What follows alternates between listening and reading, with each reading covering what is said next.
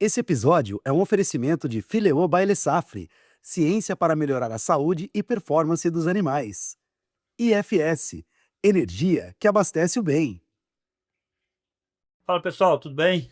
Sejam todos bem-vindos aí a mais um episódio do Track and Field Podcast. Meu nome é William Santos e aqui ao meu lado meu amigo e sócio também, Gustavo Salvati. Olá pessoal, sejam bem-vindos aí a mais um episódio. Estamos muito felizes hoje. Conseguimos aqui trazer um convidado muito especial que fica nos Estados Unidos, mas é brasileiro, faz grandes pesquisas aí na área de silagem e também nutrição de gado de leite.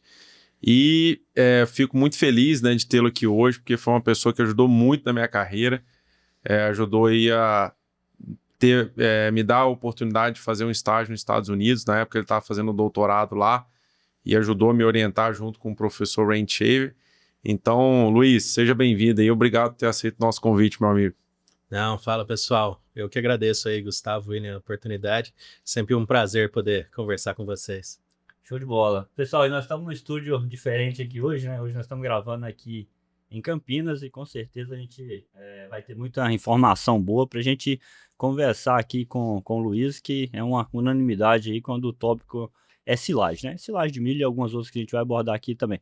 Luiz, para a gente começar o bate-papo aqui, cara, assim, a gente, pelo menos ao meu entendimento, a gente teve aí uma última evolução com relação à silagem, né? Principalmente nos tópicos de processamento ali, quando veio o shredders, as automotrizes com capacidade maior, que foi uma grande revolução aí.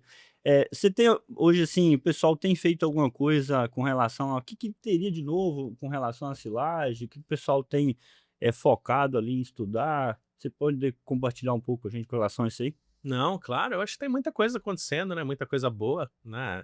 Como você sabe, pesquisa leva um tempo, né? Então, o que a gente está testando hoje, às vezes vai demorar uns 3, 4 anos para o pessoal ver, né? Uhum. Mas tem duas coisas que eu acho que estão chamando bastante atenção as pesquisas iniciais e que o pessoal vai ficar bastante interessado quando vê esses números, né? Dados e explicações, né?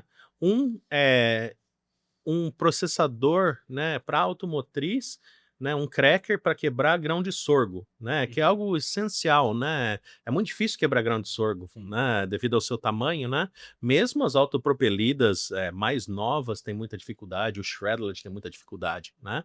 Então isso é o mesmo grupo do que desenvolveu o Shredled, né, muitos anos atrás, antes de ser comprado pela Class, né, e eles estão trabalhando num processador novo e quebra muito bem o grão, né. A única coisa que a gente não sabe ainda como vai ser, né, é quanto tempo leva de colheita, atraso, gasto de combustível, esse tipo de coisa, né. Uhum. Mas os dados iniciais são muito legais. É um professor no Texas que está rodando esses experimentos, chama Juan Pinheiro, né, eu colaboro bastante com ele, ele está fazendo um excelente trabalho lá com isso aí. Então eu acho que isso é algo a se prestar atenção, principalmente que me parece que o sorgo está crescendo muito aqui no Brasil, Sim. né, então eu acho que vai ser bem legal.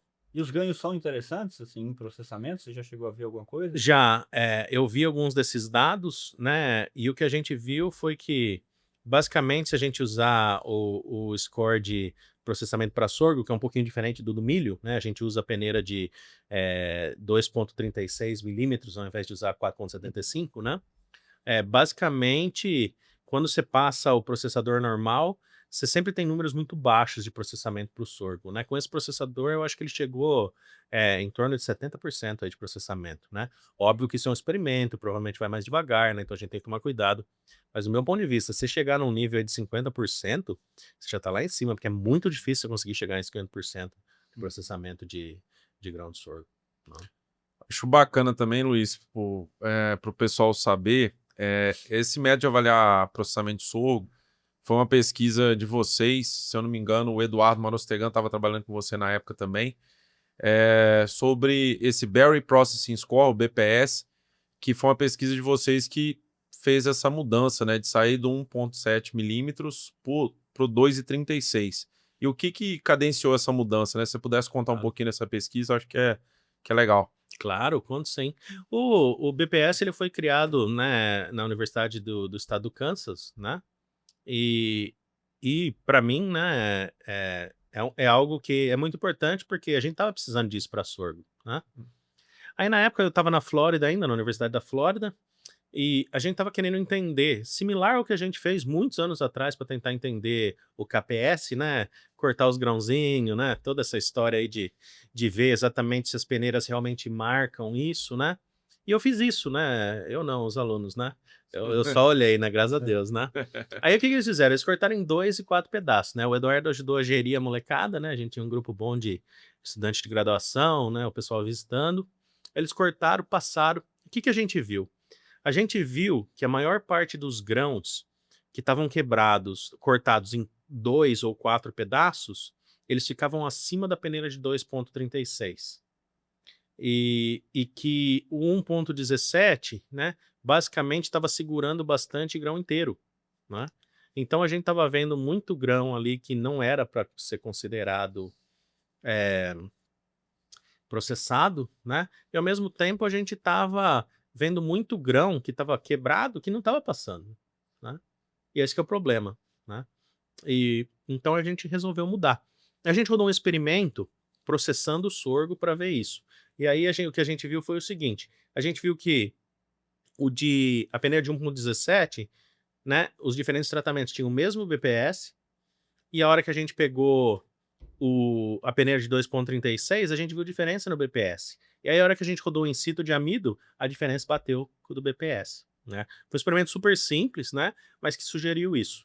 Aí, o que a gente fez? Ao longo dos anos, né? Até com a nossa colaboração com o Juan, lá no Texas, a gente começou a rodar mais testes, né? Junto com o Rock River e com o Juan, né? E a gente viu que fazia mais sentido fazer isso, né? Não é perfeito, assim como o KPS não é perfeito, né, que a gente sabe há muitos anos, mas no presente momento parece ser melhor do que o 1,17, né? Por isso que a gente acabou fazendo dessa forma, né? E Bacana. E não sei, né, dentro da parte já da silagem de milho, tem alguma novidade também? Isso a gente pegando, que a gente vê muito aqui também no Brasil, tem muita discussão, né, sobre a melhoria da digestibilidade da fibra, né? A gente tem aí vários focos aí que o pessoal tem trabalhado, tem a parte do híbrido, que eu gostaria que você comentasse, que aqui a gente não tem o BMR, e qual que é essa variação real na digestibilidade de fibra dessa variável, assim como outras tecnologias que o pessoal tem usado muito aqui, por exemplo, aplicação de fungicida, que tem já alguns estudos lá do Mikael na Unicentro, né, Willis, se eu não me engano.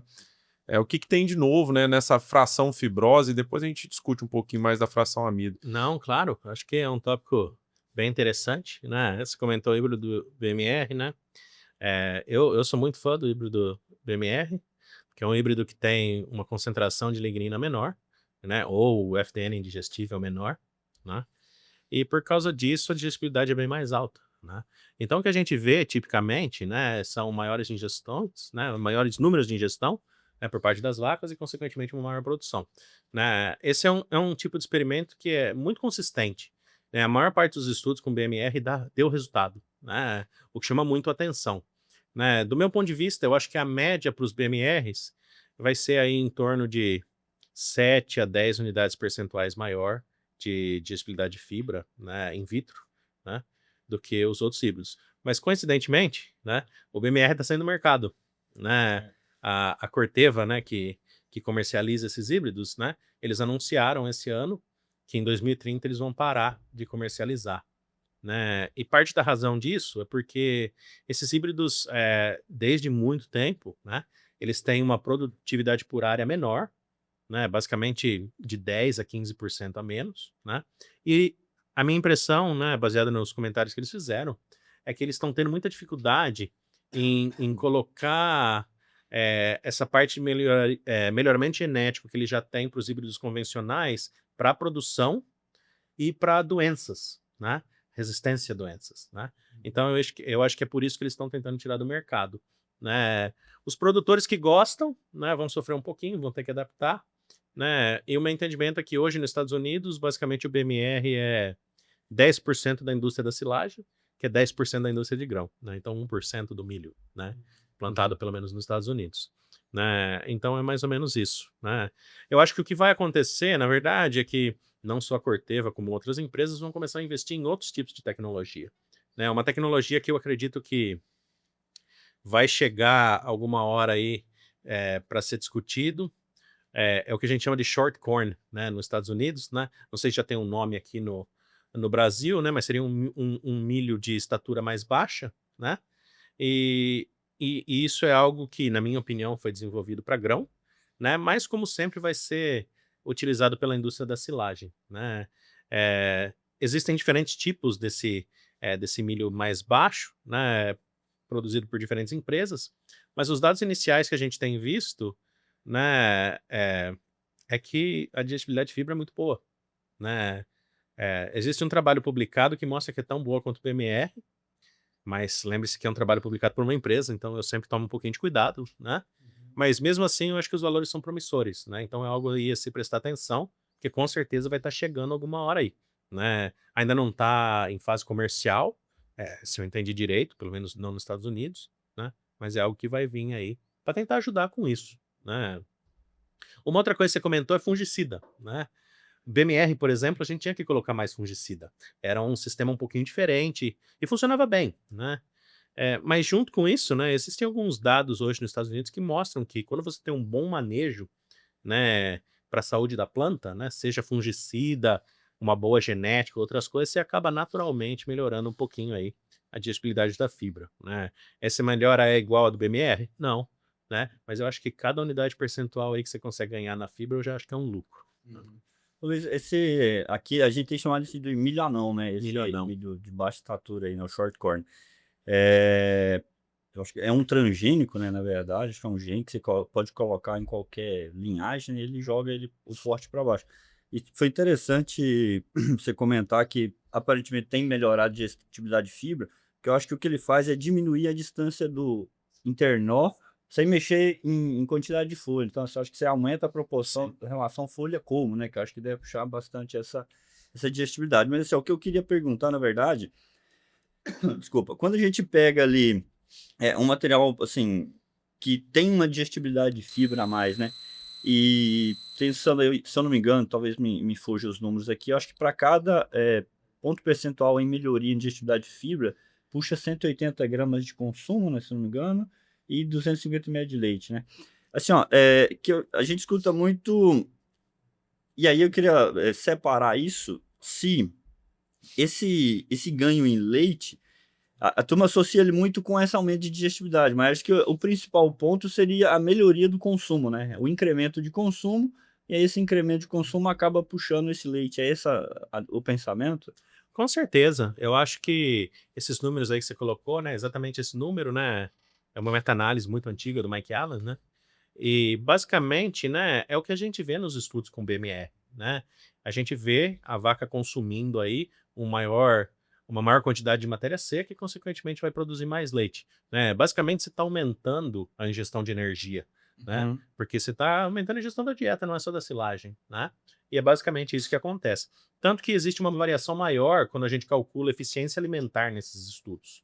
Alguns estudos aumentam a eficiência, alguns estudos não, né? Existe a possibilidade da maior digestibilidade da fibra trazer mais energia, independente da ingestão? Sim, né? Mas não tem como separar, né? E se eu tivesse que achar, eu acharia que a maior proporção está relacionado aí à maior ingestão.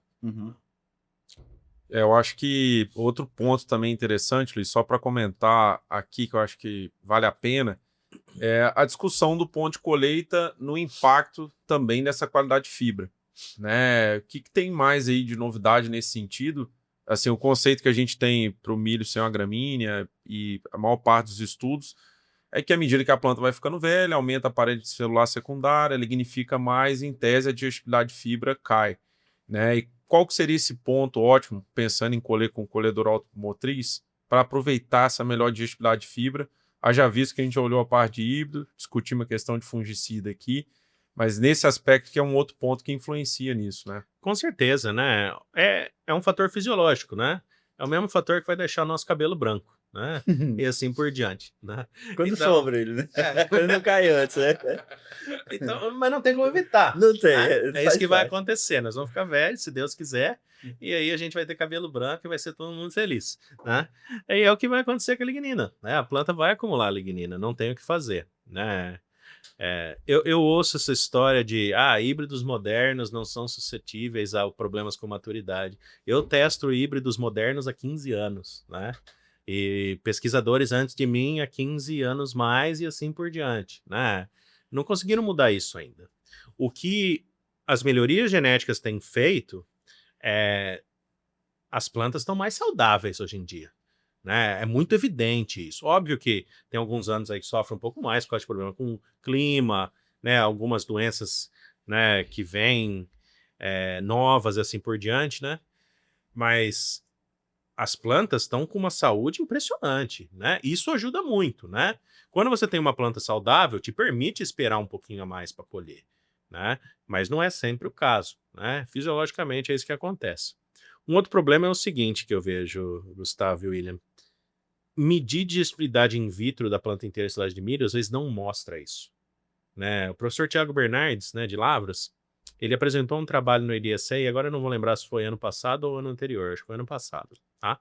E ele mostrou exatamente isso, que a hora que você mede a planta inteira, você não vê digestibilidade, diferença de digestibilidade. A hora que você mede só a fração de fibra, né, o como, as folhas, né, você vê uma baita diferença, né? E tem um trabalho muito antigo, né, agora eu não vou lembrar se é 89 ou 90, né, o primeiro autor chama Hunt, né, que mostra exatamente a mesma coisa. A diferença é gritante nesse ponto, né? Então, às vezes, a gente não está vendo porque a alta digestibilidade de matéria seca do amido está mascarando esse valor na digestibilidade in vitro, né? Mas é real, né? A vaca mostra isso para a gente. Você conversa com o nutricionista de campo, é muito frequente isso acontecer, né? Mas como que eu considero isso aí? Basicamente, a gente vai ter que achar para cada propriedade, né, qual que é a necessidade de produção versus a necessidade de qualidade, né? E a gente vai ter que se basear também nesses outros fatores que a gente discutiu, sanidade da planta, quão bom tá, né, o seu stand de plantas para decidir se você pode atrasar um pouquinho ou não e assim por diante, né? Na minha opinião, a gente tem que usar 2 fatores nessa decisão. Um é o teor de matéria seca, tá? Que na minha opinião aí o número ideal seria entre 33% e 37%, porque daí se acontecer algum probleminha aí, atrasou um pouquinho o terceirizado, você não passa dos 40%, né? Uhum. O número mágico, na minha opinião, é 40%. Passou dos 40%, vem muito problema. É assim que eu vejo, né? Você pode ter uma silagem de 40% de matéria seca boa? Pode, né? Mas vai te dar um pouco mais de trabalho, né?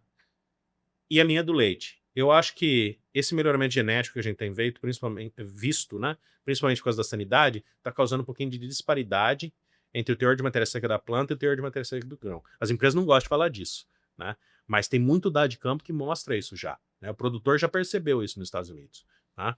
Então você tem que se basear nos dois. Em termos de linha do leite, eu gosto aí de 2/3 a 3/4, tá? Mas você comentou, né, para ser colhida com automotriz, né? Um ponto que é muito importante associado a isso é que o seu processamento tem que levar em consideração a maturidade da planta, né? Então, se você vai colher um milho mais imaturo, você pode colher com um tamanho de partícula um pouquinho maior e abrir um pouquinho o cracker, né? Você está colhendo uma silagem que está beirando 40% de matéria seca, você pode apertar esse cracker e você pode diminuir o tamanho de partícula, porque senão, boa sorte, senão vai quebrar grão, e você vai alimentar passarinho, né? Porque a vaca vai defecar isso aí. Você tem um número mágico, assim, para teor de matéria seca? Só tem que ser, pessoal, esse é o meu número de matéria seca. Teor. Em torno de 34, 35 é o que eu gosto, Tá. né?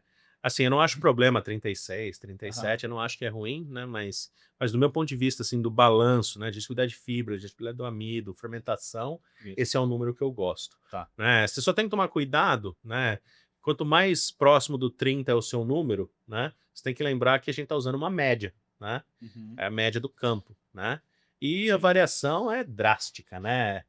Existem campos aí que você vai ter 4, 5 unidades percentuais de variação, às vezes mais, dependendo do que aconteceu naquele ano, né? Então a gente tem que tomar um pouquinho de cuidado, porque você também não quer ter partes do seu silo que está muito úmido, né? Então é por isso que a gente tem que meio que balancear baseado nisso, né? Eu acho que uma coisa que eu espero que algum dia alguém crie, né? Ainda mais nessa época que a gente tem aí de inteligência artificial, né? Em tudo quanto é canto, né? Espero que alguém crie uma forma da gente conseguir mudar, né, a regulagem da automotriz em tempo real, baseada no que eles estão medindo no teor de matéria seca e vendo no campo. Eu não acho que a gente está longe disso, né? Eu acredito que as empresas têm investido muito em equipamento, tipo NIRS portátil na colhedora para ver o que está acontecendo, mapeamento de campo e coisa do tipo, né? Então eu acho que isso é algo que deve chegar alguma hora, né?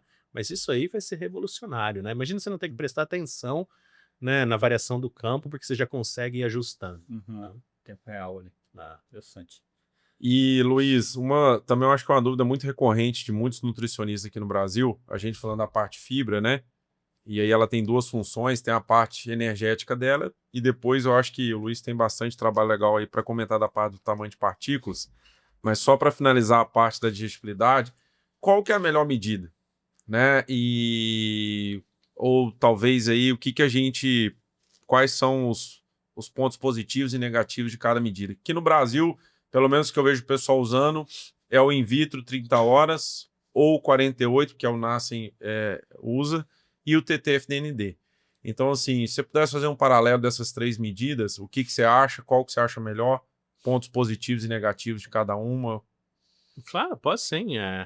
Eu acho que o in vitro, né, independente do 30 ou do 48 horas, você está trabalhando com um tempo aí, né, de fermentação, né, e basicamente aí você está tentando ver quão digestível né, e é mais uma taxa de degradação, né, do que o total da digestibilidade, né. Nos Estados Unidos, o mais utilizado é o 30 horas, né, pelos nutricionistas. O 48 horas sempre foi muito utilizado, principalmente pelo pessoal da agronomia, né. Tanto que você pegar a Milk 2024, né? O que a gente fez? A gente colocou 30 horas e teve que fazer uma curva para ajustar o 48, porque meus colegas agrônomos queriam ainda utilizar o 48. Né? O que eu acho bom, você está acostumado a usar esse valor, continua, né? Porque você tem seu banco de dados e assim por diante, né? E eu acho que ambos, né, são bons. Você tem que definir o que faz mais sentido para você e a partir daí utilizar. Por que o Nassen utilizou isso aí? Baseado em um artigo, né, o artigo da Fernanda, né? Em 2015, né, onde ela fez uma comparação com alguns estudos, né, para tentar entender se tinha uma relação, né, dos diferentes métodos, né, com a ingestão, produção, né, foi isso que ela tentou fazer. Né, mas é um experimento pequeno, relativamente pequeno, se for parar para pensar, numa decisão tão grande quanto essa. Né. Uhum. Eu acho que deveria ter sido 30 horas, mas sim, 30, 48 acho que não vai mudar muito. Né. Uhum. Quanto ao TT-NDFD, né? Esse é um método que só um laboratório comercial pode usar nos Estados Unidos, que é patenteado, né? Então, fica difícil de sugerir esse método, né? Porque eu vou estar sugerindo um laboratório, né? Uhum. Então, é muito difícil a gente fazer isso, né? Como que esse método funciona? Né? Esse método é desenvolvido pelo professor Combs lá em Wisconsin, né? Eu acho uma ideia muito boa, né? Basicamente, ele vai analisar aí 3 tempos de fermentação, 24, 30, 48 horas, além do FDNI, né? E a partir daí, ele vai predizer a digestibilidade no trato total, né? São várias equações, alguns ajustes até para digestibilidade de fibra no intestino e assim por diante, né? Eu acho que os dados da Fernanda mostram, né, que é uma ferramenta muito útil, né? Principalmente quando você correlaciona com gestão e assim por diante, né? Esse conceito de utilizar vários tempos em FDN digestível é o mesmo conceito que Cornell usa no CNCPS, né? Basicamente são tempos diferentes, né? A hora que você vai calcular o pool rápido, o pool lento de degradação, né? Basicamente eles usam esses diferentes tempos. Né? A gente estava até fazendo algumas pesquisas com isso em relação ao BMR esses últimos 2 anos para tentar entender, né? Quais tempos será que a gente deve usar? Né? Porque hoje tem muitos números, né, na indústria. Né? Por exemplo, nos Estados Unidos, né, a gente tem visto bastante gente analisar 12, algumas pessoas 24, 30, 48, 120, né? E daí 240 horas, né? Então a gente estava até brincando um pouquinho com esses números para tentar entender, né? E aí a gente meio que simulou alguns cálculos, né? Não iguais ao TT-NDFD, né? Mas similar, né? O conceito, né? E é interessante, né? Eu acho que quando possível, né? Principalmente com os de NIRS, né? Desde que a sua calibração seja adequada, né? Eu acho que ter mais número para você trabalhar é melhor, né? Você nem precisa calcular necessariamente um número baseado nisso, né? Mas só para você ver os diferentes, a variação, né, de uma degradação mais rápida para uma degradação mais lenta, né? Uhum. Eu acho que é interessante. Mas eu acho que dependendo para quem se perguntar nos Estados Unidos vai ter uma resposta um pouquinho diferente aí. Lá eles usam mais 30 horas do que o TTFDN? Eu acho que sim. Sim. Né? De novo, é só um laboratório que oferece o serviço, né? Se você trabalha com outro laboratório já, você vai ter que mudar toda a sua análise, né? Você tem que lembrar o seguinte, né? Você mandar seu laboratório ou sua análise para o laboratório 1 hoje e amanhã para o laboratório 2, elas não são comparáveis, né? Então, para quem tem um banco de dados grande, você vai migrar para outro laboratório, você pode migrar, mas você vai ter que reaprender esses valores, né? Para todos os nutrientes, né? E vai ter que recriar seu banco de dados aí a partir desse momento, né? Então, eu acho que isso também impede um pouquinho, né, a adoção. Mas eu acho que independente de você utilizar o TTNDFD ou calcular baseado em outras taxas in vitro, eu acho que ambos, né, vão ter exatamente a mesma utilidade, né? Vai basear, vai depender do que você gosta, né? O que funciona melhor para você. Né? Então, Entendi. Show de bola. Bom, vamos entrar um pouquinho em amido aí? Eu queria só explorar para finalizar, para a gente não perder essa parte da fibra, e o Luiz está trabalhando muito com isso, e tem também um trabalho que ele é coautor junto com o professor João Daniel. O que tem de novo, né, nessa parte, que uma das coisas que a gente avalia na hora que está colhendo, né, pessoal, é a parte da distribuição de partículas, né? E a gente sabe que a gente tem que acertar muito da silagem para depois não levar o problema para a dieta. Se você errou na silagem, depois para você corrigir fica mais difícil. E eu queria ver do Luiz o que ele tem de novo nesse sentido, porque a gente tem aquela recomendação antiga da Penn State, que às vezes a gente não vê tanto um embasamento, parece que foi os números ali que eles pegaram a variação e colocaram ali, deram um chute, claro, com a experiência prática deles, mas tem já pesquisa mostrando coisa nova nesse sentido, né? E o que vocês têm recomendado hoje, né, na distribuição de partículas aí da Penn State, que é algo aí que eu acho que é muito importante avaliar. eu acho que a gente tem que lembrar que tamanho de partícula é muito importante, porque é o que vai ajudar naquele aspecto da saúde ruminal, né? No final das contas, a gente precisa de fibra efetiva para ter certeza que vai ter muita motilidade ruminal, a vaca vai estar ruminando, trazendo mais saliva e assim por diante, né? A dificuldade da fibra é que chega um momento que a fibra está muito longa, aí a vaca começa a selecionar, né? E a vaca vai selecionar, né? Não tem o que fazer. É a vontade da vaca, ela vai dar um jeito, né? Principalmente com a silagem colhida, né, normal, né? Né? Eu falo isso porque com a shredded é um pouquinho mais difícil de selecionar, me parece, né? Esse experimento que você mencionou, né, do professor João Daniel, é um experimento muito legal, porque o que eles fizeram? Eles separaram, né, a partícula da silagem de milho de um silo e reensilaram as diferentes proporções, né, fibra acima da peneira de 19, fibra entre a peneira de 8 e a peneira de 19, ou então a porção abaixo da peneira de 8, né, reensilaram, rodaram um experimento, né, para tentar entender qual a efetividade dessa fibra, né? E, basicamente, né, o que aconteceu foi o seguinte, né? As vacas, elas selecionaram contra a fibra de 19. Aquela fibra com certeza é efetiva, mas só é efetiva se a vaca comer. Aí o que aconteceu? Vaca selecionou mais, caiu ingestão, caiu produção, né?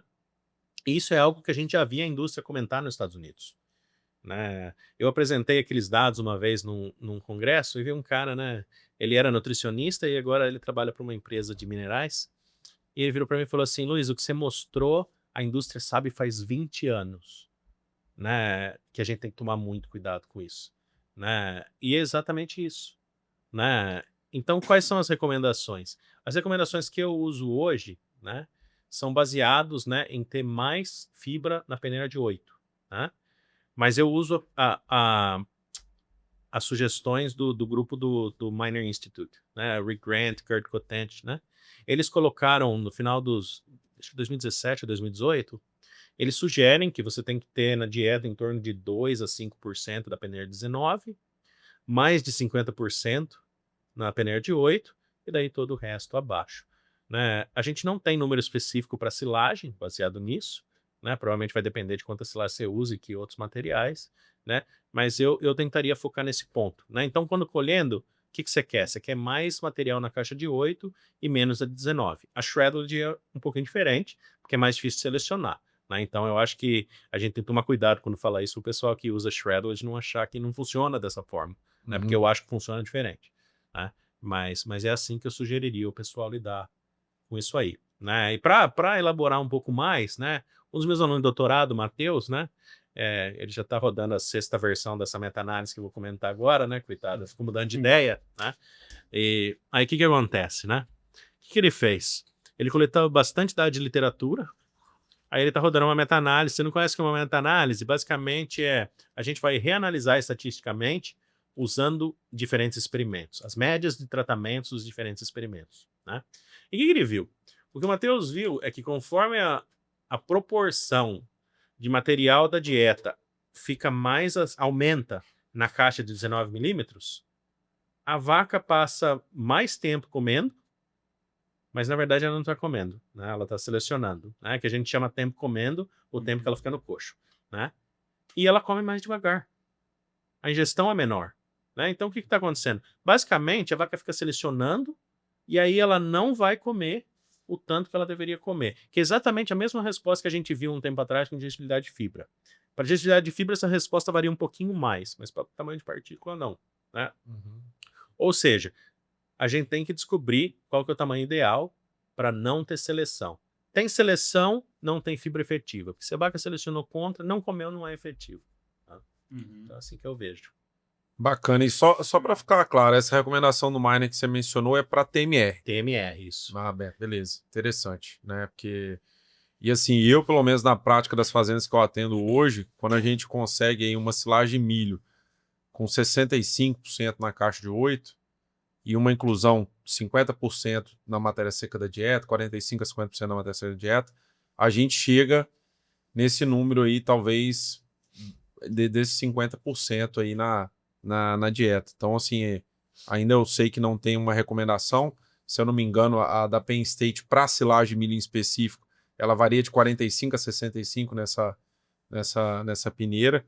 Mas é interessante, o pessoal tá ligado nisso. E eu acho que uma outra pesquisa que a gente precisa fazer, até o professor João quer que a gente conduza a campo, é tentar ver o efeito também do desensilador nesse processo, né? O quanto que ele impacta, se ele impacta na caixa de 8 ou naquela partícula mais grosseira que fica na peneira de 19. Tá até para a gente saber esse impacto, para na hora que a gente estiver ajustando a colhedora, a gente já considerar esse impacto, né, na tomada de decisão de aumentar ou diminuir. Eu acho que isso é interessante. E também, né, Luiz, outro ponto assim que é crucial, não é só o que fica na caixa de 19, né, mas qual é essa homogeneidade, né? Porque ali a gente talvez quer uma partícula, não sei, talvez aí de 3 a 5 centímetros, né? Que esse é um ponto que, no caso do shredlage, ele, pelo menos que eu percebi na época que eu estava lá, ele desfia um pouco mais essa fibra e talvez agrega concentrado na hora da mistura e essa fibra acaba sendo ingerida e os experimentos que vocês tocaram nunca pegou seleção contra essas partículas, né? É isso mesmo. E eu acho que o shredlage traz uma uniformidade maior, com certeza, das diferentes partículas, até do grão, né? A gente viu muito isso, né, quando testando na universidade. Eu acho que o que a gente tem que sempre pensar, né, é que o shredlage ele se assemelha mais a uma fibra tipo alfafa, né, um azevém, algo do tipo, em tamanho, né? Pela forma como fica desfiado, né? Comparado com a silagem de milho. A silagem de milho fica um pedaço um pouco maior, né? Por isso que eu acho que é mais fácil de selecionar, né? A shredder a gente teve dietas com altíssima inclusão nos nossos experimentos, né?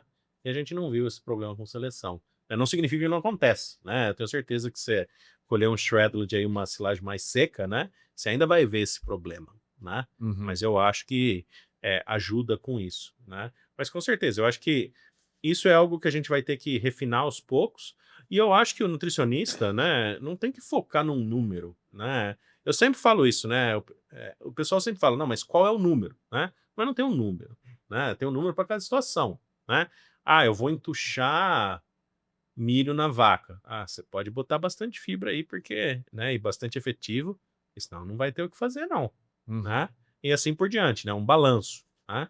A gente tem que descobrir o que funciona melhor para cada propriedade. E uma coisa que às vezes as pessoas esquecem é o seguinte, né? Não é só a dieta, né? Tem toda essa parte do manejo nutricional também, né?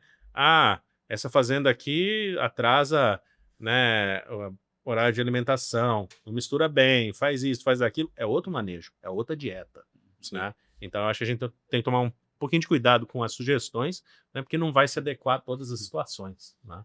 São muitos detalhes. A gente falou aí do desensilador, mas, por exemplo, tem vagão com faca, tem vagão que moe mais, moe menos. E esse tipo de conhecimento, né, da silagem que está no silo para a silagem que chega na boca da vaca, a gente ainda precisa gerar muito conhecimento, porque tem toda essa parte de manejo alimentar, né, da parte do vagão, desensilador, e isso também vai definir na hora que você está colhendo, pensar ou não. Se você tem uma segunda fonte de forragem, se você usa caroço de algodão, né, isso aí é uma questão muito interessante, porque às vezes a gente está numa situação, como você comentou, cara, terceiro demorou a chegar para a colheita e a silagem está com 40% de matéria seca. Só que o cara tem caroço de algodão, exemplo, né? Que é um concentrado que ajuda a ruminação. E o cara às vezes tem uma segunda fonte de forragem. Cara, eu vou me dar o luxo de picar mais fino e focar no grão, porque eu tenho esse contexto. Mas e aí isso chega no aspecto que o Luiz quer mencionar aqui, né, pessoal? Aí não vai obedecer aquela recomendação de distribuição de partículas, porque você está numa situação excepcional. Então a gente tem que ter esse jogo de cintura para saber analisar caso a caso, né? Para a gente.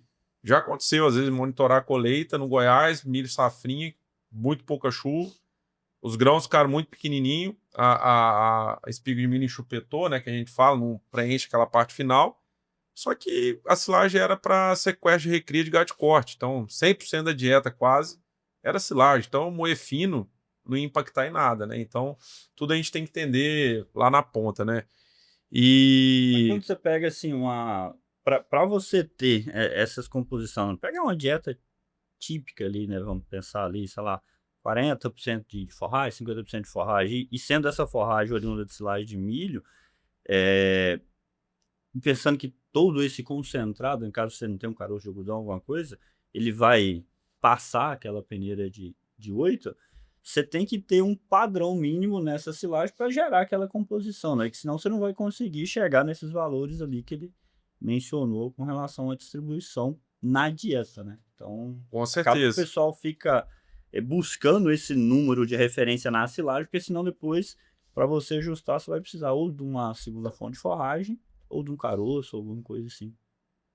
Mas assim, eu acho que o Luiz também deve concordar, é que se você tiver que priorizar algo numa situação extrema, você prioriza a picagem da fibra ou o processamento do grão, pensando na silagem de milho? Não, você tem que processar o grão. É um investimento muito grande. Silagem de milho hoje tem o quê? 35%, 40% de amido? Imagina você perder tudo isso aí. Sim. Né? Não tem como, né? Você tem que focar. E mesmo assim, né? Se você chegou num ponto que a silagem está muito seca, que nem você comentou, né? Problemas, né? A fibra também vai sair mais longa, né? É natural, pica pior, a Exatamente. palha da E aí você vai espiga. ter um monte de problema para compactar, Sim. né? Então eu acho que desse ponto de vista você tem que ir no mais fino, né? Eu entendo que existe dificuldade, muita gente não vai ter segunda fonte de forragem, né? Mas eu acho que dá para ajustar a dieta, né? Tira um pouquinho de amido, bota, né, sei lá, uma casquinha de soja que causa um pouquinho menos de queda em pH ruminal, né? E tenta balancear dessa forma, né? E muitas outras formas, né? Eu tô usando só um exemplo, né? Acho que Claro. tem tantas opções, né? Dependendo de onde você tá, né? Então eu acho que tem que ter essa maleabilidade, né? O outro ponto é baseado no que você comentou, né, William? Eu acho que se a gente vivesse no mundo ideal, né, da pesquisa, né, a gente ia sugerir para você uma proporção de FDN na caixa de 8, né? Mas o grande problema é que, assim, você não vai medir isso, né? Eu sei que você não vai. O Gustavo também não vai. Eu sei porque os nutricionistas dos Estados Unidos também não vão medir, né? Já me falaram isso, né? Uma discussão muito grande que teve no NASEM, né, na apresentação do NASEM, foi isso, né, que o certo, né, é utilizar só dado de distribuição de tamanho de partícula que está corrigido para teor de matéria seca, né? Se você pegar a literatura, a grande maioria dos estudos só reporta na matéria natural. Eu hoje reporto os dois baseado nesse comentário deles, né? Mas eu não meço o FDN, né, nas peneiras, né? Só se eu estiver medindo uma coisa muito específica no nosso experimento, né? O experimento do professor João Daniel lá, né, que o tamanho de partícula ele mediu, né? Mas se não for algo muito específico, eu não vou gerar esse dado. É caro, né? Sim. E o nutricionista não vai gastar esse dinheiro no campo também. O produtor não vai gastar esse dinheiro, né? Então a gente tem que, de alguma forma, adaptar, né, baseado nisso, né, sabendo que não é o número ideal, né, a métrica ideal, né? Mas eu acho que a gente consegue, né? O negócio é prestar atenção. No final das contas, não é, como vocês bem sabem, não é formulei a dieta e deu tudo certo, né? Você vai ter que ir lá ver se está fazendo, você vai ter que garantir que as vacas estão respondendo bem, né? Passear ali dentro do barracão, ver que bonito que tá as fezes, né? Para ver se vai achar milho ou não. Não tem o que fazer, né? No final você vai ter que ir refinando aí aos poucos e ajustando. Né? Esse é um ponto interessante que o Luiz comentou, só para a gente encerrar a parte da fibra e ir para o amido aí que a gente quer discutir, né, Will? Mas as pessoas confundem muito, né? Aqui no Brasil, por exemplo, o Nassen veio com a recomendação mínima de fibra para garantir aí essa questão de qualidade ruminal, de saúde ruminal, 19% de FDN de forragem, 25% de FDN total, que é uma recomendação já bem antiga, né? Desde o NRC de 89. E não dá uma recomendação, talvez, da distribuição de partículas. E muita gente, às vezes, usa aquela referência aqui no Brasil do Zebelli, né, de fibra fisicamente efetiva, medida essa que foi feita considerando a proporção da matéria seca acima de 8, né? Multiplicando por FDN da dieta, né? Que seria isso, só que o pessoal no campo pega o teor de FDN da dieta e multiplica pela proporção de matéria natural, que já dá um número totalmente diferente. E se a gente fizer com o FDN medindo por caixa, que seria o perfeito na pesquisa, mas o enguiço para fazer no campo, principalmente em dietas que a gente tem subproduto fibroso no Brasil e subproduto peletizado, às vezes, vai dar outro número. Sim. Então assim, eu não sei se a indústria americana usa esse número, o FDN, calculando a proporção acima de 8 da matéria natural lá, ou todo mundo está seguindo isso que o Nassen já vem fazendo? Olha, eu gosto. Vamos começar pelo Nassen, né? Você está falando do PA-NDF lá, né? Ele teve esse PA-NDF, mas ele ficou naquela recomendaçãozinha lá do também antigo. Nem eles confiaram nisso aí, essa que é a realidade. Né? Aham. Eu sou 100% contra aquele negócio. Né? Aquilo não tem condição. Complicado. Aquilo lá é alguém olhar para mim e falar assim, Luiz, você não sabe o que você está fazendo, eu vou te ajudar a continuar não sabendo. Né? Com todo respeito a eles, assim, eu acho que são grandes pesquisadores, né? Mas aquilo lá para mim é um absurdo. Foi baseado numa modelagem absurda. Você lê aquele paper lá, você tem que respirar fundo para ler a primeira vez, aí respirar muito fundo para ler a segunda vez. Você ainda não vai entender o que está naquele paper, né? Eles complicaram demais a modelagem, né? Do meu ponto de vista, né? E aí eles tentaram. Eu acho que a ideia, o conceito é muito bom. Né? Como que a gente vai balancear a dieta, né? Níveis de amido, níveis de fibra, baseado no tamanho de partícula, ou qual tamanho de partícula eu tenho que ter, e assim por diante. O conceito é perfeito. Né? Você está pegando tudo que é importante e tentando entender. Né? Mas a forma como foi feito não é. Né? Mesmo porque é baseado na caixa de C9. Né? Que a gente acabou de falar para você, né? Que não serve para nada. Né? Então a gente tem que tomar muito cuidado. Né? Aí a gente volta no que você falou, né? No Nassen antigo. Né, que aquela figura bonita que mostra, né, indo do FDN de forragem daqui para lá, amido daqui para lá, e assim por diante, um balanço. Né? Esse é um conceito importante. Né? Eu não acho que tem um número certo, um número errado. Por exemplo, eu adoro dieta com 20% de FDN de forragem. A maior parte das minhas dietas são assim. Mas tem fazenda que não tem como fazer isso. Né? Tem fazendeiro que quer usar mais. Né? Então eu acho que você precisa desse balanço. Eu considero FDN de forragem, concentração de amido, igualzinho eles estão ali, e amido digestível. Né? Existe uma diferença entre quanta fibra eu quero na dieta se eu estou usando um milho seco ou grão úmido, por exemplo. Né? Sim. E eu acho que tem que ser levado em consideração. Né? Então eu acho que faz sentido, né, formular dessa forma. Qual que é o número certo? Eu não sei. Né? Mas eu concordo com o que você falou, a dificuldade aqui no Brasil de eu uso diferentes tipos de subproduto, polpa cítrica, casquinha de soja, às vezes é verdade também, exceto a polpa, né? A polpa só em algumas regiões, mas né? Caroço de algodão. O caroço não é 100% efetivo, o caroço não pode ser considerado uma forragem. É mais efetivo que um outro subproduto, né? Mas não é efetivo que uma forragem. Né? Então a gente tem que usar bom senso, né? Para ser bem honesto, eu não acho que nem aquela ponta do Zebelli, nem a adaptação que foi feita, nem a adaptação do campo estão certos. Né? A grande pergunta é o que você consegue usar que faz sentido para você que dá certo. Eu acho que essa é a melhor forma de se utilizar. Porque eu acho que não tem uma forma perfeita, né? Uhum. E no final das contas, formular dieta é uma coisa, depois ajustar é outra, né? Sim. Então, né, eu fui ao redor, né? Mas eu acho que a gente tem que realmente prestar atenção nos diferentes números que a gente acredita, né? Eu não uso muito tamanho de partícula quando eu tô preparando meus estudos, né? Mas eu uso FTN de forragem. Eu sempre sei qual que é meu FTN de forragem, né? Uhum. E eu uso amido, né? Normalmente meu amido vem do grão úmido, então eu meio que já fico preocupado, né? Então é mais ou menos assim. Você comentou dessa relação aí, FDN de forragem, amido digestível. Eu lembro do Kiko, professor Marcos, ter isso lá na planilha, de ter o número dele. Tem alguma linha de estudo tentando buscar o que seria? Eu acho que isso não é um parâmetro nutricional hoje, né? Mas tem alguém olhando para isso, tentando chegar em algum número que seja plausível ali de utilização?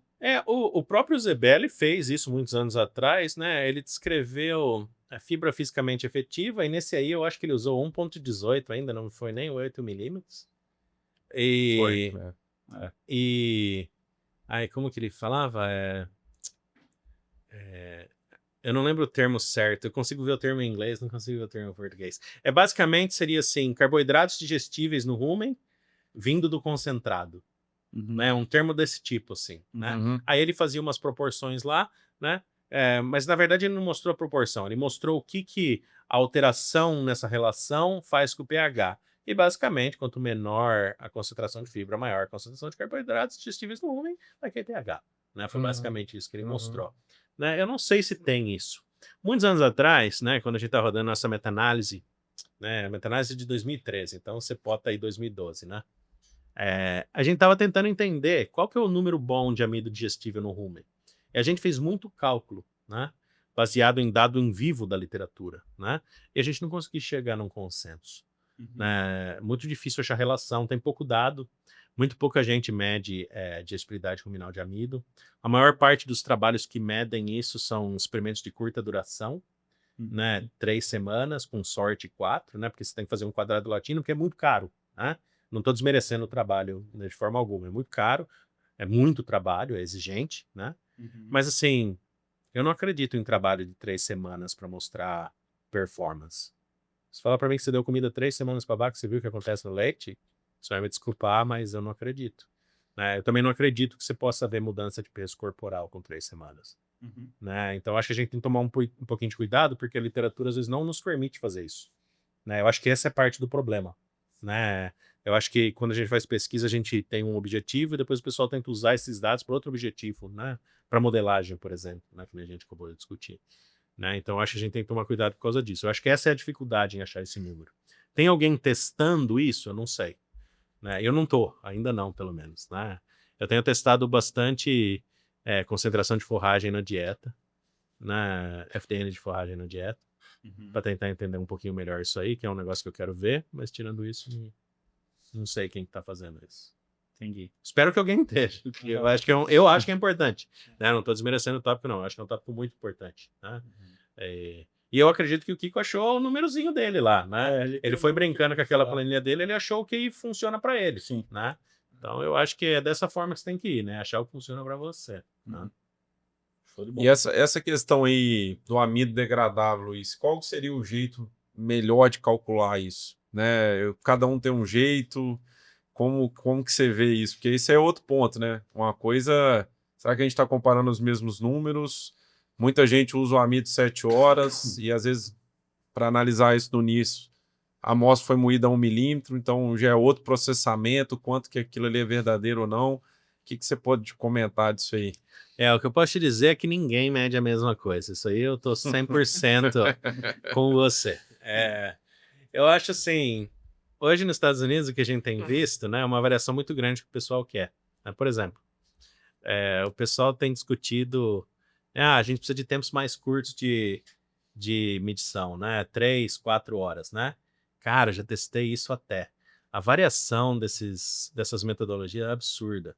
Se analisar 3 horas, você pode botar 3, 4 replicatas aí, porque com 2 não vai ser suficiente não, porque uma vai ser alta, uma vai ser baixa, né? Então é muito difícil por causa disso, né?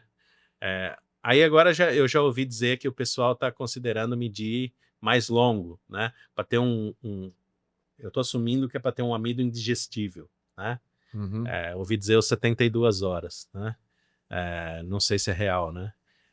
Espero que não coloquem isso no CNCPS, mas eu tenho a impressão que vão colocar. Amido indigestivo. Não amido indigestível, mas diferentes métricas de amido, né? Eu ouço essa discussão em off há muitos anos. Alguém precisa fazer isso no CNCPS. Os nutricionistas pedem isso, né? E o pessoal faz exatamente essa pergunta que você fez. O que eu tenho que usar? Como que eu calculo KD? Né? Taxa de desaparecimento, né? Degradação, né? Do amido, né? Não sei como é que você calcula isso aí. Eu sei como eu calculo, né? Mas nem eu acho que eu tô certo, né? Eu gosto do jeito que eu calculo e funciona porque eu faço, né? Mas tá certo? Provavelmente não, porque depois eu vou tentar extrapolar para digestibilidade ruminal para digestibilidade total e assim por diante, né? Pra ser bem honesto, nenhum tá certo, né? Isso que eu acho, né? Uhum. Aí tem método in situ versus in vitro. O in situ é sempre mais alto, né? Aí tem o que você falou, você vai usar o NIRS, é outro processamento. Na verdade, eu gosto do NIRS, né? Não vou mentir pra você não, sabe por quê? Porque se eu mandar a mesma amostra 10 vezes, né? A mesma amostra, exatamente a mesma amostra. Você pegou, misturou bonitinho lá, assumiu que você sabe misturar, né? Uhum. Corta lá, analisa as 10 amostras, a sua variação é muito menor Uhum. do que você mandar 10 vezes para rodar in vitro, Uhum. né? E aí a gente ouve o pessoal falar, o NIRS nunca é tão bom quanto o método químico, né? Para in vitro Uhum. né? Porque você tira a parte mais difícil do in vitro, que é o líquido ruminal, né? Uhum. O pessoal que fala para você, você não tem como fazer melhor porque não trabalha com in vitro. Porque quem trabalha com in vitro sabe, o líquido ruminal destrói experimento. Uhum. Né? A gente vê de vez em quando, a gente faz experimento com 2, 3 rodadas, tem uma rodada que você olha e fala assim, meu Deus, né? O que aconteceu com os alunos? O que vocês fizeram? E não é o aluno, né? É a vaca e o líquido ruminal. Né? A vaca acordou doente, filho, boa sorte. Não tem o que fazer. Ela comeu meia hora depois? Né? Já não vai. Então esse que é o problema. Eu não tô falando que o NIRS é perfeito, tá? Só quero fazer esse comentário, porque vai que o pessoal acha que eu tô falando que o NIRS é perfeito. Muito pelo contrário, eu ainda acho que tem problemas, né? Mas eu acho que existem situações onde o NIRS é vantajoso. E eu acho que essa é uma das situações. Tá? Indo aí mais para parte do amido, então. Vamos lá. Porque assim, ó, basicamente é processamento. Tem uma discussão grande aí, né, relacionada a tipos de grão. Até teve uma iniciativa que tentaram colocar uma enzima, né, no grão para tentar. Sei que o milho é mais vítreo, vamos fazer uma enzima endógena, né, para tentar, que se chama enogênio aí. Mas assim, o grande foco é obviamente processar esse grão, né? E nós estamos falando de uma forragem aí que, com base na matéria seca, se você pegar uma silagem com 35% de amido, nós temos ali metade de grãos dentro daquela massa, né? Então, assim, até um desafio para quando igual a gente estava discutindo aqui, processamento da fração fibrosa, né? Que estamos folha, cubo, palha de sabugo, nós temos ali metade de um material que a gente tem as suas oscilações também com relação a tamanhos, dureza, matéria seca interagindo com tudo isso daí. E, na verdade, o que a gente quer, vocês já mostraram muito bem lá, é processar o suficiente esse grão para ter ataque microbiano, né? Mas um ponto é o seguinte, Luiz, tendo esse efeito ali,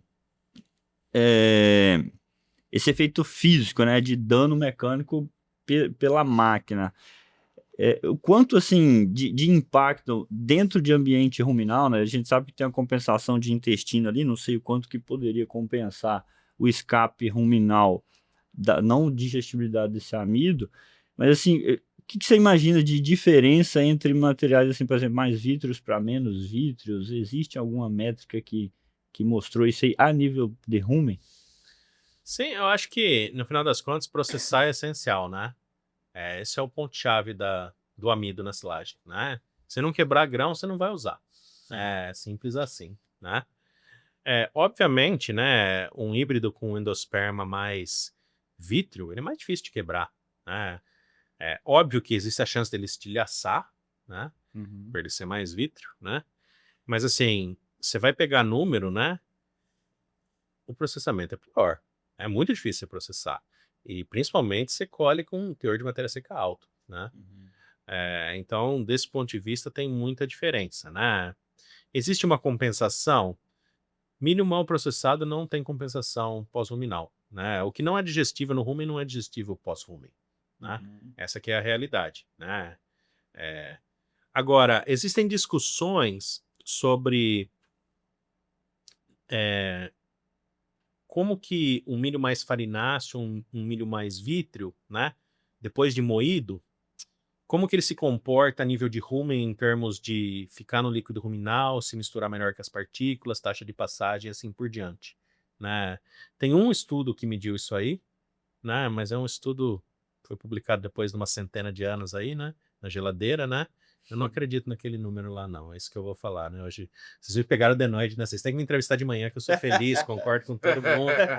De noite não concordo com ninguém, né? Mas eu tenho minhas perspectivas. Eu acho que, assim, eu acho que a gente não sabe o que acontece com amido no rumen bem, né? Eu acho que amido muito fino passa com o líquido, né? Mas eu também acho que o amido muito fino, ele é digerido muito rápido, então tem a chance dele não passar, né? Qual que é a proporção que vai passar ou não, eu nem imagino, né? Outra coisa que eu discordo absurdamente, né, é de taxa de passagem de amido, né? Se você parar pra pensar, o pessoal considera a taxa de passagem de amido... Né? Deixa eu perguntar pra vocês, eu vou entrevistar vocês agora. Se você fosse calcular, né, se você tivesse que utilizar um KP para calcular a utilização do amido, qual que é o KP que você utilizaria, né? Taxa de passagem. Agora nós vamos fazer uma prova. Né? Falam em 12%, né? 12% Pat Hoffman, né? Sim. Os outros modelos são 7, né? Normalmente. O pessoal calcula muito aquela taxa de desaparecimento ruminal com 6, né? Uhum. O Pat Hoffman colocou 12 no feed grain, se eu não me engano, né? Na planilha dele, né? Se você pegar os números do Mike Allen, o Mike Allen é o único laboratório que mediu consistentemente isso, né? O que é um problema, né? É ótimo porque ele gerou muito dado, mas um problema porque a gente só tem um laboratório, o número de um laboratório, né? Uhum. Cara, ele tem número que às vezes é 16, 19, 20, não é 12, né? Tem uns que são 14, né? Então qual que é o número que a gente usa? Eu já não acho que 12 é certo. Eu calculo com 12 de vez em quando, mas eu já acho que é 16, principalmente para vaca de alta produção, né? Uhum. Então a gente não sabe nem isso. Precisa ter base para tentar entender se a parte mais vítrea ou mais farinácea passa ou não, o que acontece, né? Eu acho que chegou num ponto que vira muita especulação, né? Mas o que eu acho é isso: o milho muito fino tende a ficar boiar no líquido ruminal e vai passar, né? Mas também é muito mais digestivo, então a chance é de desaparecer, né? Então o farináceo provavelmente vai desaparecer, o vítreo provavelmente vai acabar passando se tiver Uhum. quebrado muito fino, né? Mas se você vai conseguir quebrar muito fino ou não, eu já não sei, né? Aí vira um balanço, né? Então essa é uma pergunta difícil. Porque se pegar uma taxa de 12, assim, obviamente que não é uma matemática linear, né? Mas é onde eu acredito que chega no número 7 horas, que acaba incubando ali no time point 7, né? Que eles usam amarrado nessa informação de 12% por hora. Sim. Assumindo que tá certo. Assumindo que tá certo. E é o número que eu uso. Eu uso 7 horas porque é o que a indústria usa, né? É um número que a gente tem há muitos anos. Eu não tô questionando 7 horas, não. Né? Mas assim, a gente tá assumindo muita coisa, né? Agora, um ponto interessante que você comentou, né? Você comentou sobre a amilase no grão, né? Sim. E esse é um conceito interessante, né? Porque basicamente aí é uma forma de você tentar melhorar, né, a digestibilidade do amido, né, de uma forma diferente, né? Eu acho legal esse conceito, e é um conceito que na verdade foi criado para a indústria do etanol, Sim. né? E aí depois migrou para a indústria de ruminantes, né? Mas apesar de eu gostar desse conceito, né, eu acho que os números não são tão bons, né? Até onde eu sei, tem 4 estudos com silagem de milho, né, que estão publicados, e agora tem mais um que foi feito aqui no Brasil, mas não foi silagem de milho, Acho que foi grãos. foi grão úmido, Grão, né, ou milho reidratado, grão. algo do tipo, né? Se não, eu não li o Esse trabalho foi ainda, mas reidratado. grão seco, não? Fubá, milho moído fino. Do Wesley, né? Eu vi o artigo, mas ainda não peguei para. Eu também não passei o Se eu não pente me fino engano, é ainda. milho. Eles fizeram de planta inteira, mas não publicaram ainda. Isso eu preciso ver, então. Mas esses 4 estudos que eu tô falando, né, são 2 na Penn State, um em Ohio, um em Michigan, né? Os 2 da Penn State, um foi muito bom, um foi muito ruim, né? E agora eu não vou lembrar, né, qual que foi o quê, porque teve um da Penn State e um de Ohio que foram melhor ou em produção de leite ou em eficiência alimentar. E aí teve o segundo da Penn State e o de Michigan que não mostrou benefício nenhum em performance, né? 100% de não melhorar a digestibilidade de amido no trato total, né? Deixa eu reformular. Tem um estudo que os caras têm a cara de pau de falar que na primeira semana do estudo aumentou em 0,4% a digestibilidade no trato total. Para quem roda experimento com digestibilidade, deixa eu contar para você como é que funciona. Eu coleto 3 dias de amostra. Com 4 dias você melhorou a digestibilidade, mas nem se você saudar a lua você vai fazer isso aí. Né? Não tem como, né? Uhum. Eu tava brincando com um colaborador meu lá de Wisconsin, ele virou para mim e falou assim, isso aí é a variação do marcador, né? Que é o que eu acho. E aí depois não mostrou mais nada, né? Em 6 semanas. Uhum. Então, na minha opinião, não tem diferença, né? Uhum. Os dois experimentos da Penn State não mostraram digestibilidade, valor de digestibilidade diferente, foi igual. E o do Ohio State diminuiu uma unidade percentual. E também uma unidade percentual não é nada. Então vamos assumir que foi igual. Agora, o experimento do Ohio State, eles discutem muito, melhorou a taxa de degradação ruminal, né? Mas não tem como, né? O que aconteceu naquele estudo foi aumentou a ingestão, por causa da maior ingestão aumentou a produção. Uhum. Né? Agora que eu tô pensando nisso, tá lembrado, né? Tudo que eles discutem naquele paper é baseado na ingestão, mas eles estão falando que é taxa de degradação. Né? Uhum. Por isso, para você em casa, né? Se você for ler paper, deixa eu contar para você como eu leio o paper, tá? Não olhe o resumo, não olhe a introdução, lê o materiais e métodos. Se você estiver satisfeito com como foi feito o experimento, aí você olha as tabelas e as figuras, não lê a discussão. Né? Isso para os meus papers também, tá? Que eu vou te induzir ao que pensar na introdução, aí eu vou te induzir ao que eu acho que aconteceu na discussão. Tá? Não é que eu estou errado, tentando fazer de má fé, nada disso. Não é isso que esses autores estão fazendo.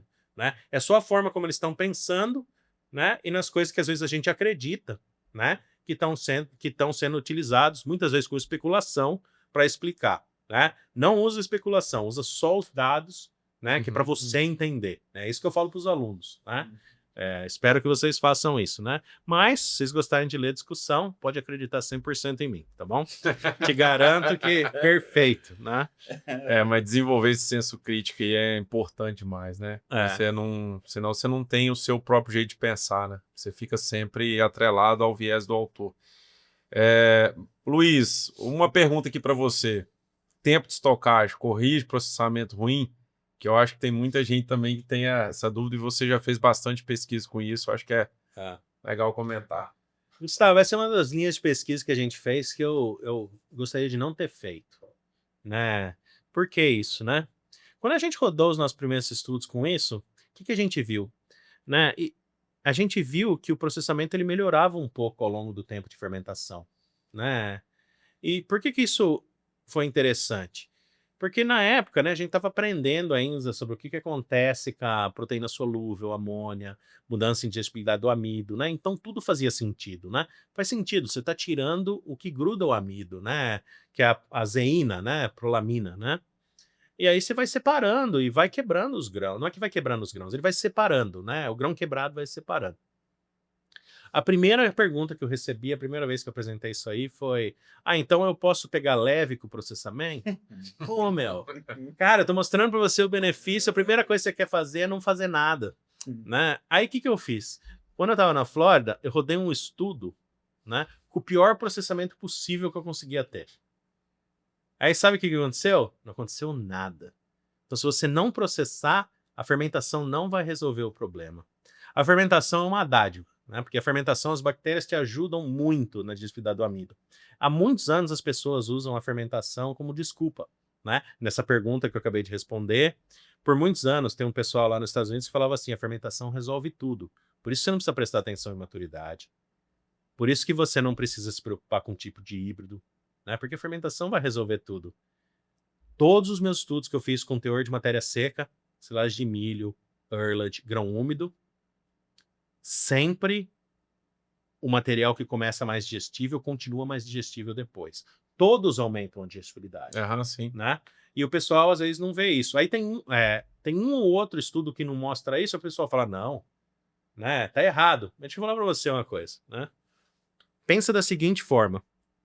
Se você seguir o que eu tô falando, né, e não mudar, você escolheu o melhor e não teve problema. Se você escolheu, se você não fizer o que eu tô falando e não mudar, aí você vai ter um negócio ruim, né? Então você tem que tomar cuidado com isso, né? Porque é biologia, né? Nada em pesquisa é 100%, né? É muito difícil, né? A gente brinca que quando você rodou um experimento e deu certo, não roda de novo, né? Porque você pode se arrepender, né? E por que eu tô falando isso? Eu tô falando isso porque existe variação. E faz sentido ter variação. É biologia que a gente tá lidando, né? Não é uma ciência exata, né? Então faz sentido que tenham outros fatores que afetam essa resposta, né? Então você tem que escolher baseado no que causa menos prejuízo. Eu acho que é essa forma que a gente tem que ver, né? Mas foi isso que aconteceu, né? Aí eu falei, pô, imagina, né? O primeiro estudo legal que a gente faz, diferente, assim, eu que pensei nisso, né? Não foi um estudo que chegaram para mim, Luiz, faz isso aqui, né? Super empolgado. Aí a primeira pergunta, eu falei, nossa, que área errada que eu fui me envolver, né? Afinal, acabou que a gente nem acabou publicando aquele estudo inteiro, publicou uns outros estudos nessa área, né? Eu sei que você publicou um similar que bate bastante com o que a gente viu nos resultados. Sim. Mas é uma área interessante isso aí. Não, assim, não alivia o processamento. O processamento tem que ser o melhor possível, né? Não pode ter erro, né? Então Assim, corroboro muito com essa opinião sua. A gente sempre fala nas palestras que a gente ministra, né, Will? É uma semana que define o ano do cara. E hoje um pecado que a gente vê aqui, não sei como é que é lá nos Estados Unidos, falta uma pessoa responsável para estar cuidando desses pontos, sabe? Avaliando processamento, avaliando a parte da Penn State, avaliando a taxa de inoculação do inoculante, a compactação. Você vê muita gente, às vezes, envolvida no operacional para não parar o circo ali, né? Que não parar de chegar caminhão, não pode ter problema com a parte operacional e pecando nessa outra parte. Então, assim, eu queria que você comentasse um pouco, né? O que a gente... E a gente tem até um trabalho que a gente está fazendo em conjunto também, a importância de avaliar o processamento no momento da colheita e o que tem lá que o pessoal tem usado mais nos Estados Unidos. E talvez a gente podia comentar um pouquinho da pesquisa que a gente está fazendo junto também, né? Sobre essa questão. Quais são os métodos aí para a gente usar para avaliar o processamento? E depois, se tiver ruim, onde eu posso atuar na máquina, né? Pensando que eu acertei no ponto de colheita, para tentar averiguar e melhorar isso aí durante a colheita, que é o momento certo, né? Não, o que você falou é a realidade, né? Você tem aquela semana, né? Ou aquelas 2 semanas, dependendo do tamanho da sua propriedade, e é isso, né? Aqui ainda você consegue produzir milho safrinha de vez em quando, né? Quando o clima permite, né? Pra gente lá nos Estados Unidos não é. Uma vez no ano, e eu falo isso pro pessoal, gente, a hora de acertar é agora, né? Se quiser errar, ano que vem tamo aí. É assim que funciona, né? E então, qual que é o objetivo? O objetivo é você avaliar o que está acontecendo. Você tem que estar lá observando a amostra, né? Um comentário que eu faço, pessoal, Luiz, quantas amostras? Todo caminhão. Não, mas é muita amostra, é muito difícil, não sei o quê. Pensa assim, vamos supor que você tem uma fazenda grande, que está chegando um caminhão atrás do outro.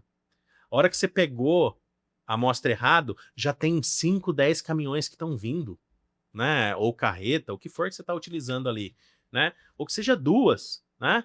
Olha o tanto de silagem que você já não corrigiu, né? É por isso que você tem que prestar o máximo de atenção possível, né?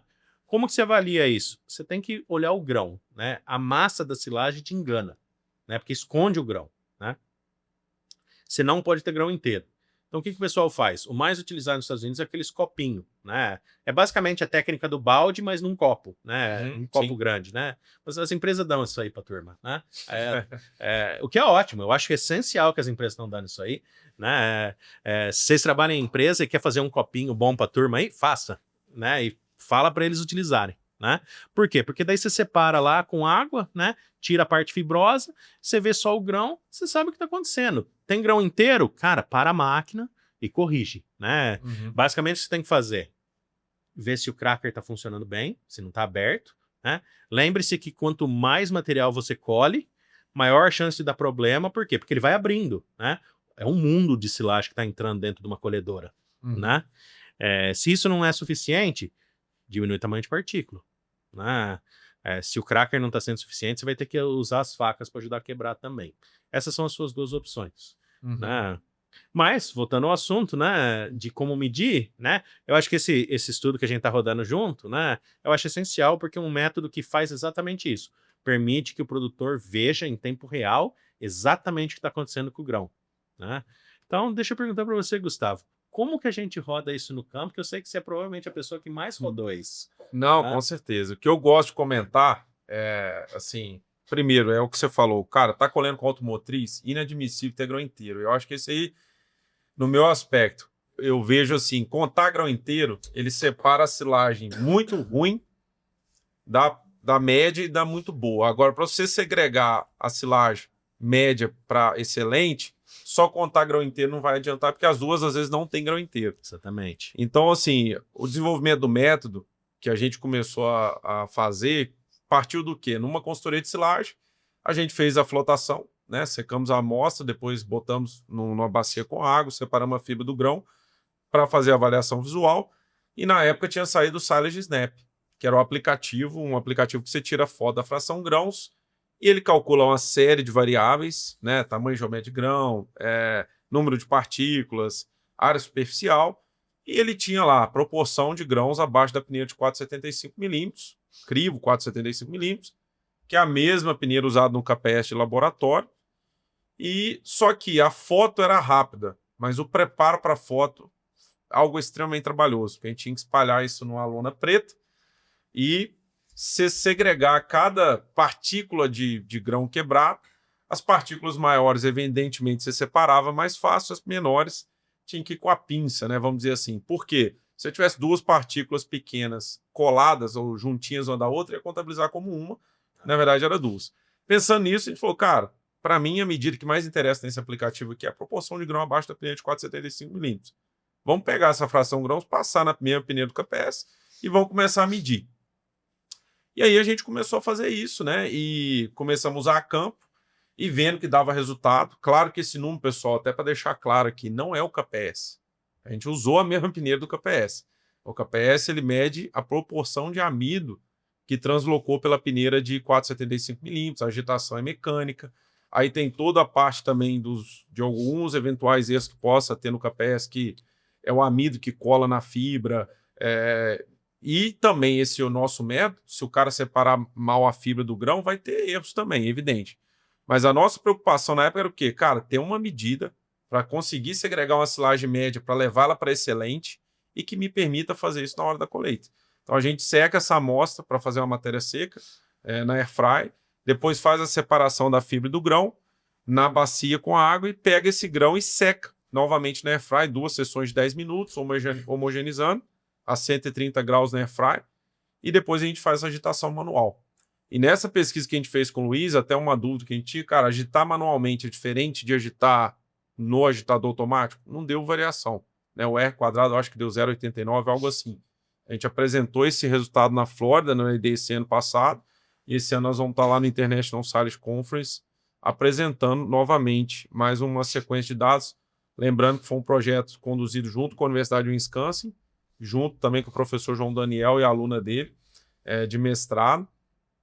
E é isso. Eu acho que agregou bastante. Eu acredito que vai chegar ao ponto, como a gente estava comentando, né, Luiz, de ter um NIRS na máquina e consiga medir isso melhor. Inclusive, tem trabalhos, eu acho que é lá da Universidade de Wisconsin, que já fazem isso, né, já testaram, né, esse procedimento.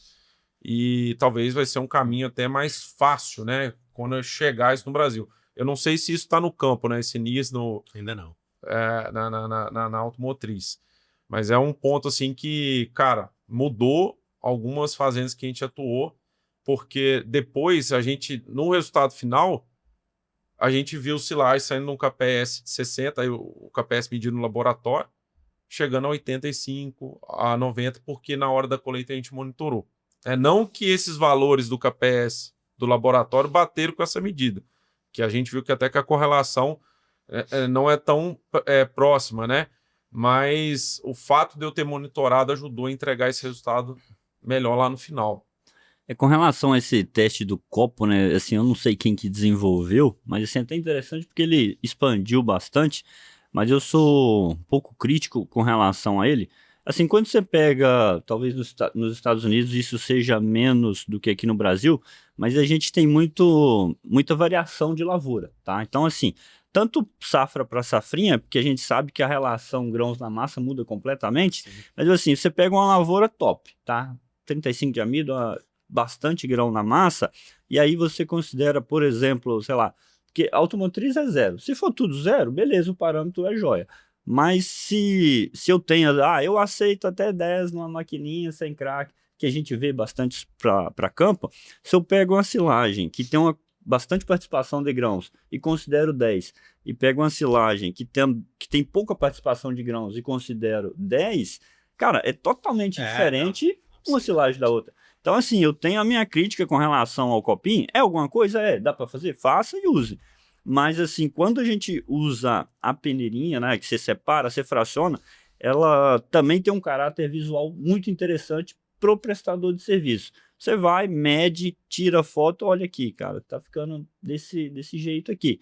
Ele é mais receptível em fazer alterações na máquina também, sabe? Então, acho que fica, além de você ter um número, né, você assim, bem padronizado, que você pesa ali, eu acho que o visual é bem legal também, isso daí. Com certeza.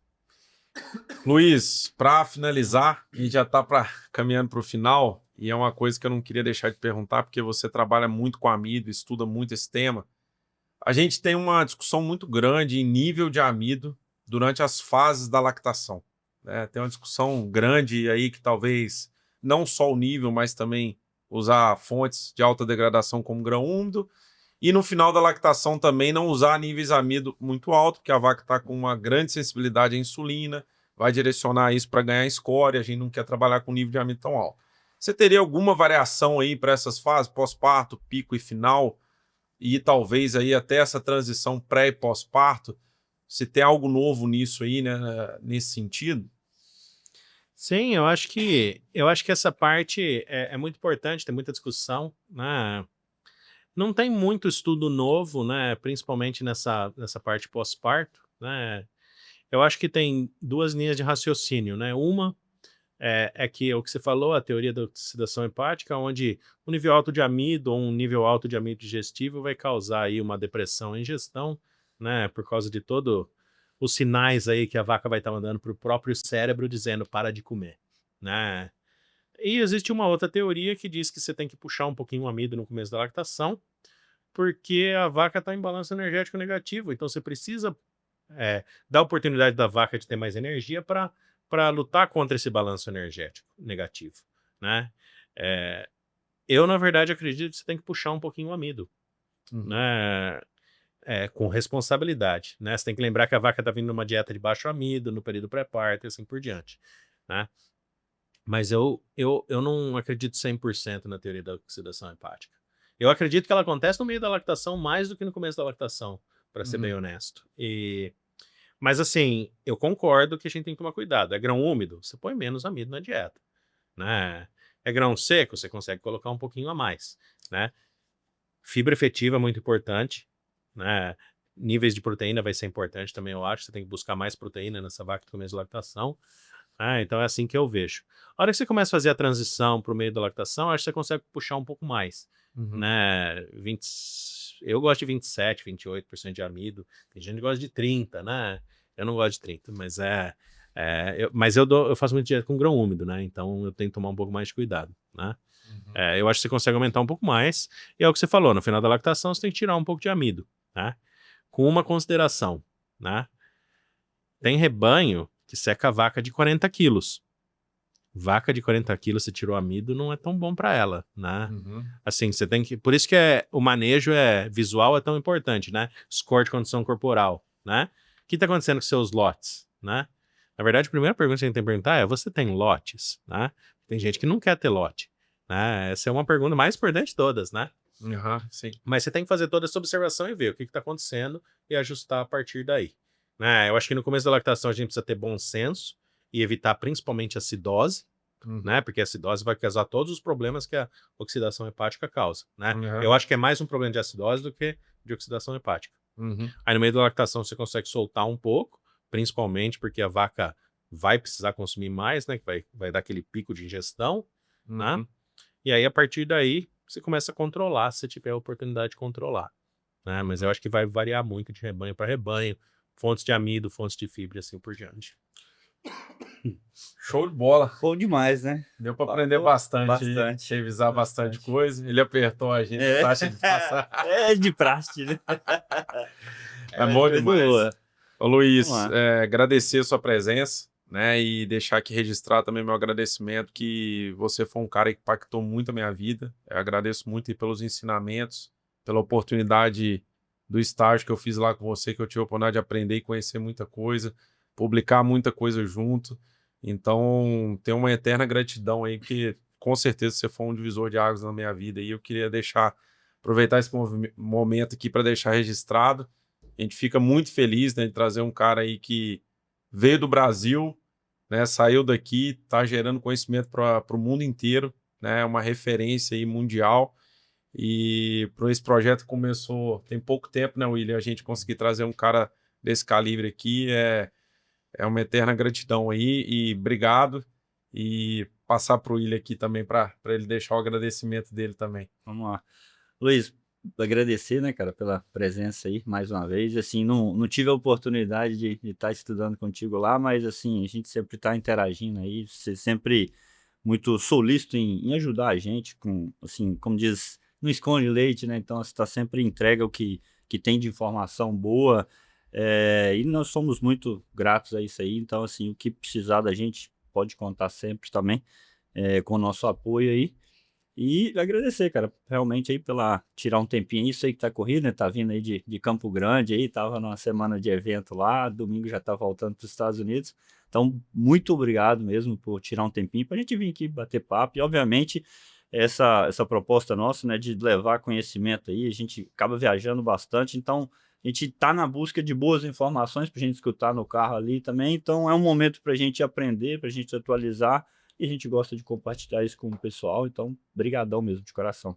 Não, eu que agradeço aí a oportunidade. Sempre um prazer revê-los aí, poder contribuir aí.